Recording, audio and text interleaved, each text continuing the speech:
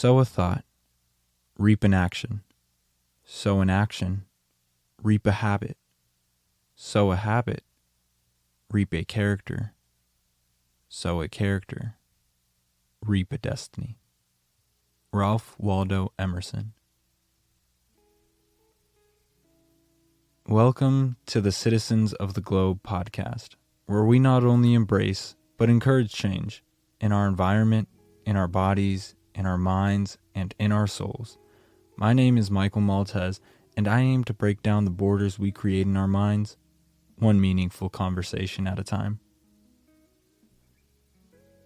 For most of my existence, I've been just fumbling forward through life, and there are just two distinct choices in recent memory that I've made that altered the course of my life and have helped me become a more grounded person.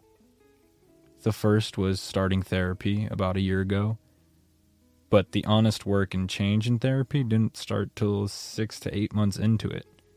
And the second choice I made, which I started seeing more immediate benefits from, was pursuing my academic career again. In my first semester of college, I took 3 classes while working full-time, and one of those classes was interpersonal communication. I've mentioned it before, but one key realization in my life was that I was neglecting my need for a social life, and I was isolating myself, drowning in work, leaning on my marriage too much, playing a metric fuck ton of video games, all to escape the reality that, honestly, I was just scared to make friends again, and I didn't really know if I had the skills to do that. I didn't feel like I fit in with anybody.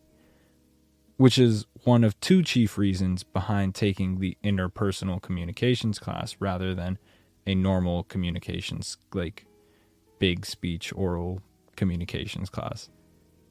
The second reason being that I wanted to learn how to more effectively communicate in my relationship with my spouse.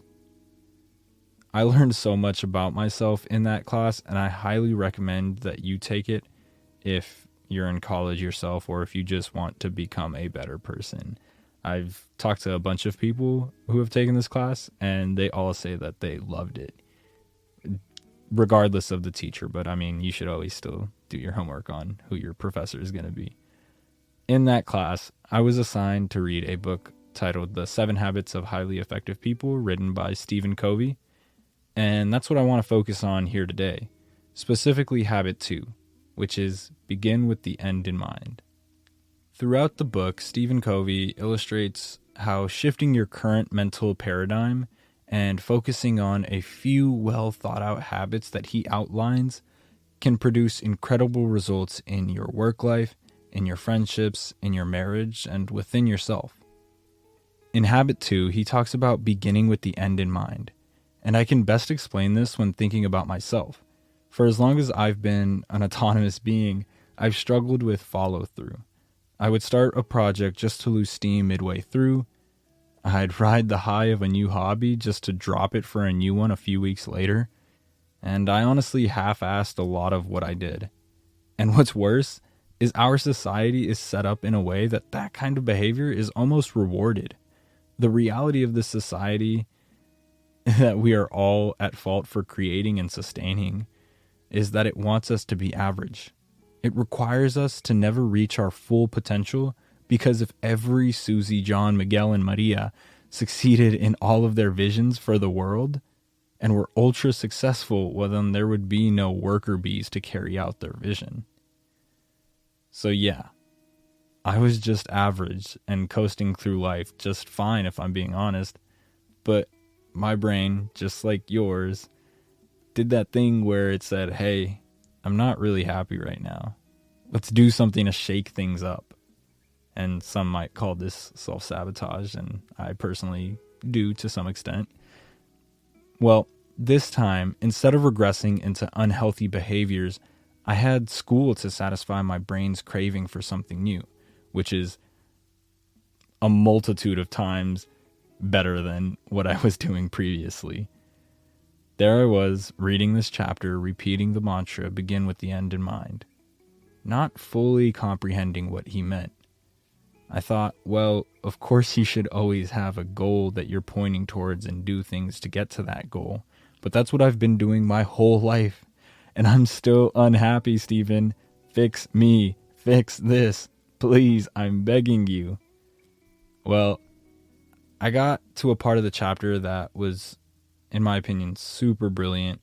I think about it all the time, and actually this episode inspired me to reread through that chapter again. He begins this section by saying the most effective way I know to begin with the end in mind is to develop a personal mission statement, philosophy, or creed.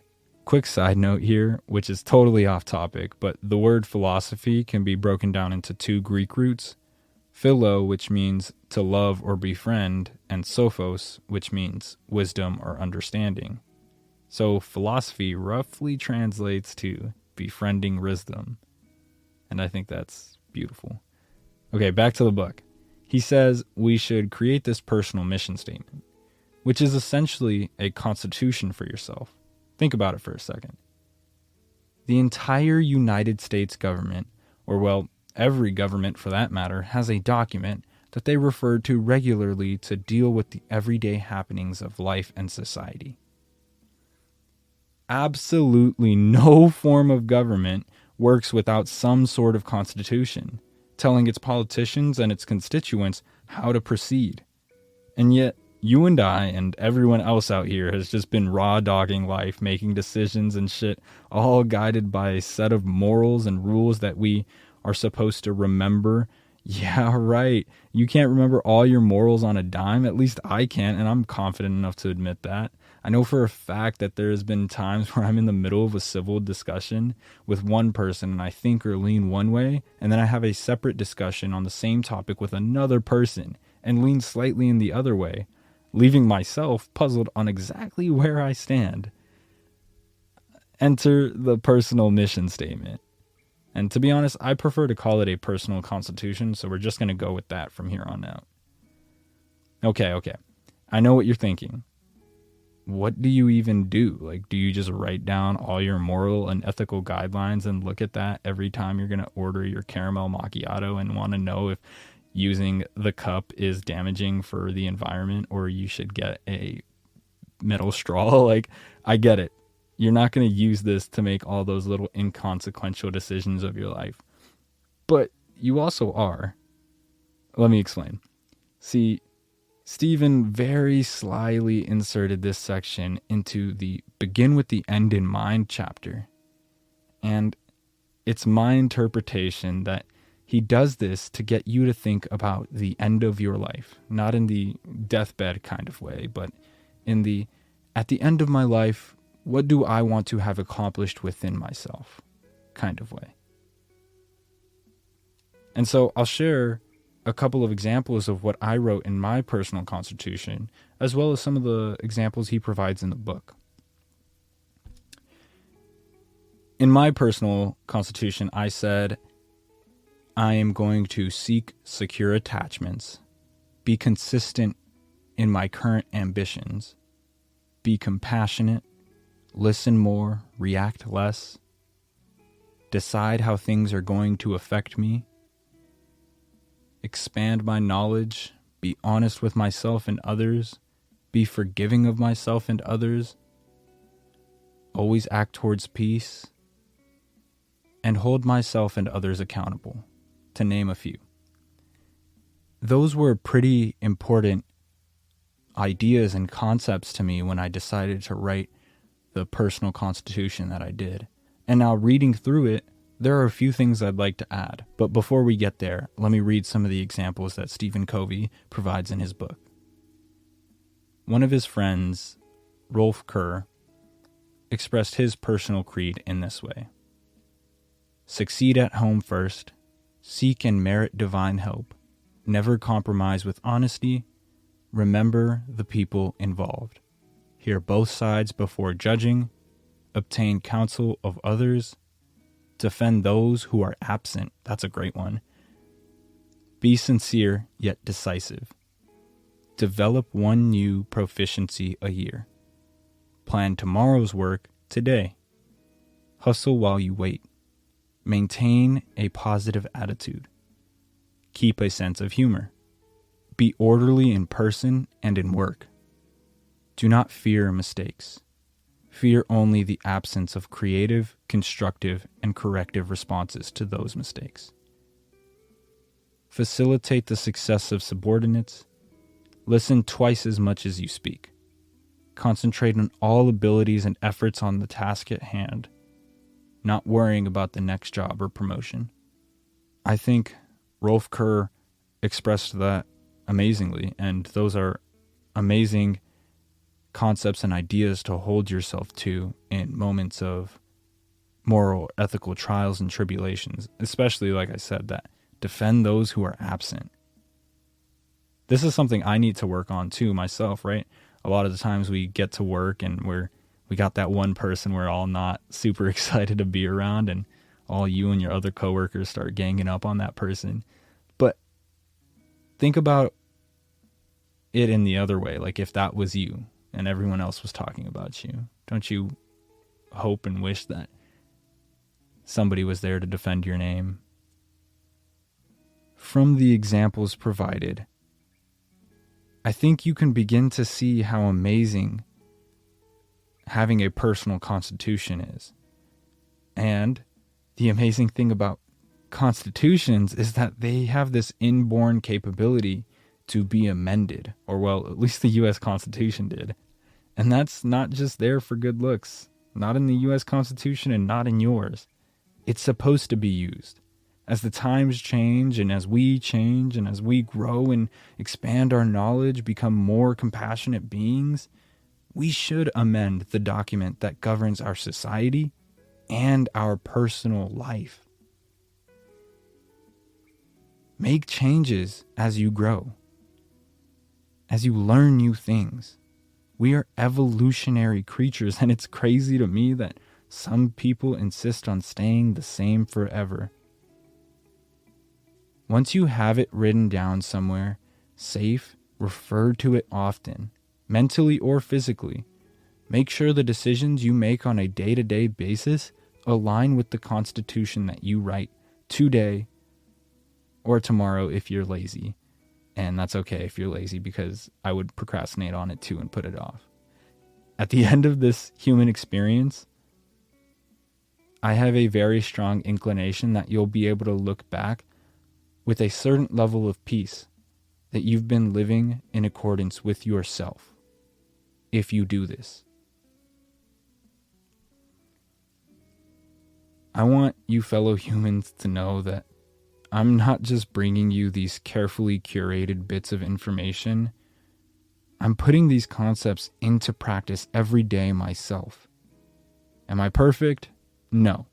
Am I the second coming of Jesus? Probably not. And you're probably not either. So having this personal constitution doesn't mean your whole life is going to click into place now.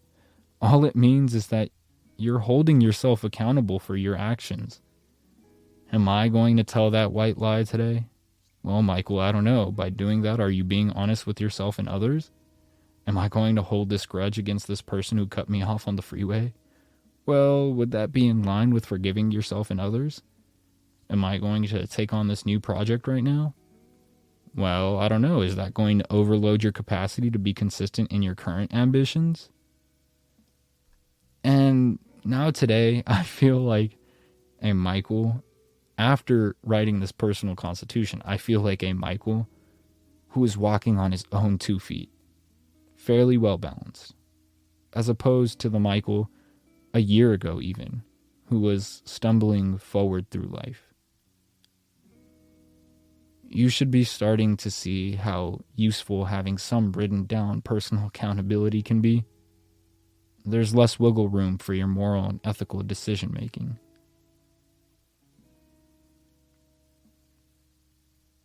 But as I always say, look, you're getting this information through the unique filter that is Michael Maltese. My life experiences have led me to interpret Stephen Covey's book in a certain way. And his life experiences have led him to write the book in a certain way. So I implore you to pursue the source of this information for yourself. Spoiler alert, you may not believe me right now, and you may not understand this, but the originator is you. And with that, I hope you continue to create the day that you want.